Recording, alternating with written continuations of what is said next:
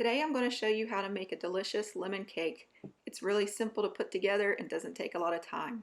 Here are your ingredients, but don't worry, I'll always have a link below with more nutrition information and details on the cake and how it was developed. Let's get started by going over the equipment we'll need.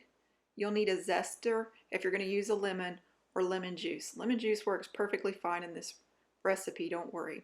You'll also need a bowl, a cooling rack, a whisk of any kind, a spatula helps, you can use a spoon if you don't have one, a scrap of parchment paper or wax paper is highly recommended for the bottom so you can get it to release better, and I like to use a 9x5 pan or 13x23 centimeter. If it's not non-stick, you'll need to spray it or prep it with oil and flour.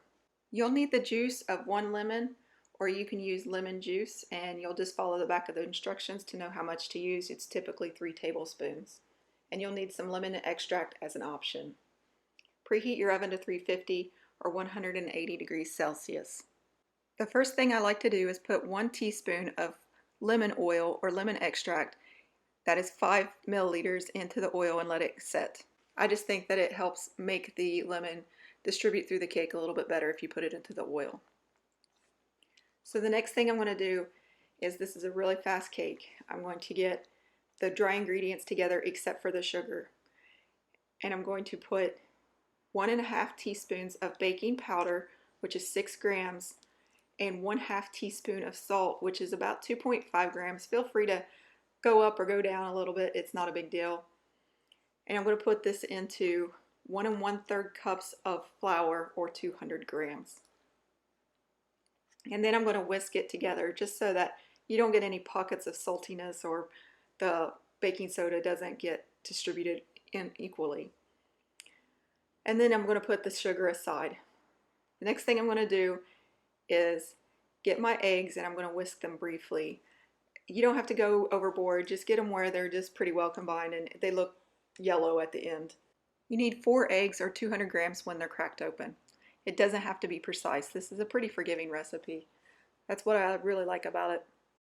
And just whisk it about maybe 30 seconds tops, not even that. Next we're going to add in 3/4 of a cup of oil, which is 180 milliliters. You can use any kind of oil you like. Olive oil is always a good choice. But remember, olive oil tends to stick to pans more, so make sure you really prep that pan if you use olive oil.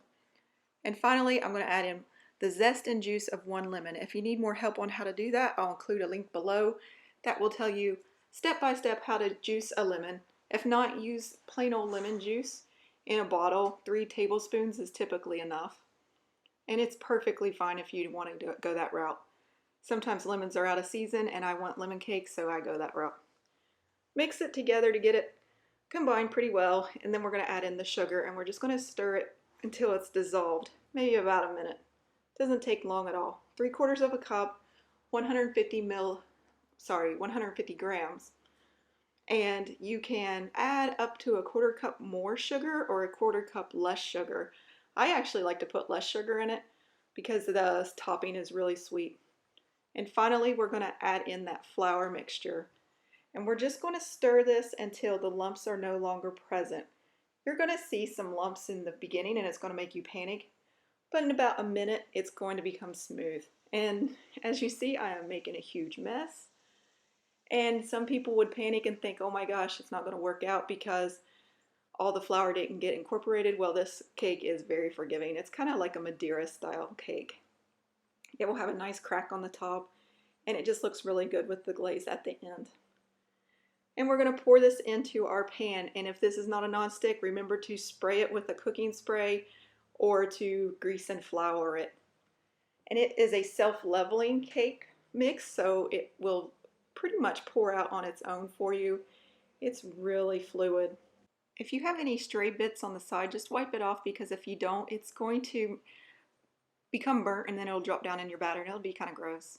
You can shake it out and tap it if you want to help get out some of those air bubbles, or you don't have to do it at all. Bake it 45 to 55 minutes or until a toothpick inserted in the middle is clean and it's golden brown and it has a lovely crack like this. Let it cool 10 minutes. If it doesn't lift out easily, get you a spatula that is friendly to your pan and just run it along the sides, and it should lift out really well at that point, especially if you used your parchment paper.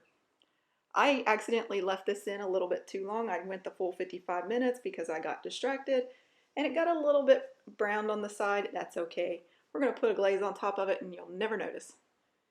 The glaze is 1 cup of powdered sugar, 125 grams, and to that I'm adding 1 to 2 tablespoons of lemon juice, 15 to 30 milliliters, depending on how fluid you want it. I have about 2 tablespoons here. It's like a nice pourable consistency, and I like to use a measuring cup because it aids in getting it into this pan. If you like to have the mess cleaned up easier, just pour it over top of a baking sheet like this, or you could use a scrap piece of parchment paper. I always have scrap pieces everywhere, so I like to use those. And then you just pour it over and you will spread it out. I'm just pouring it slowly at first so you can see how thick this is, that I like it, and then I'm just going to kind of glob it on. I won't make you watch the whole process, but you want to kind of like tease it over to the side and let it drizzle off the bottom. It'll look a lot nicer and it's just really pretty that way. And because you have something catching it on the bottom, you won't have to worry about making a mess. And honestly, you can always take the bits off the bottom and like dip your cake in it. Set it aside and let it sit for at least 10 minutes in the air and let it harden. You also don't even have to use the glaze. A lot of times I won't make the glaze, but I will tell you the flavor really comes from the glaze.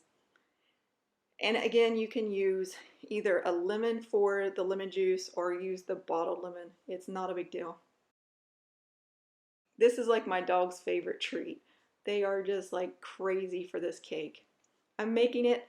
I know not everybody's making lemon cake in the middle of fall, but it's my birthday today and I love lemon cake. This is my favorite cake in the world, so I'm going to show you how to make it too. Maybe you're getting sick of all the pumpkin bread recipes out there.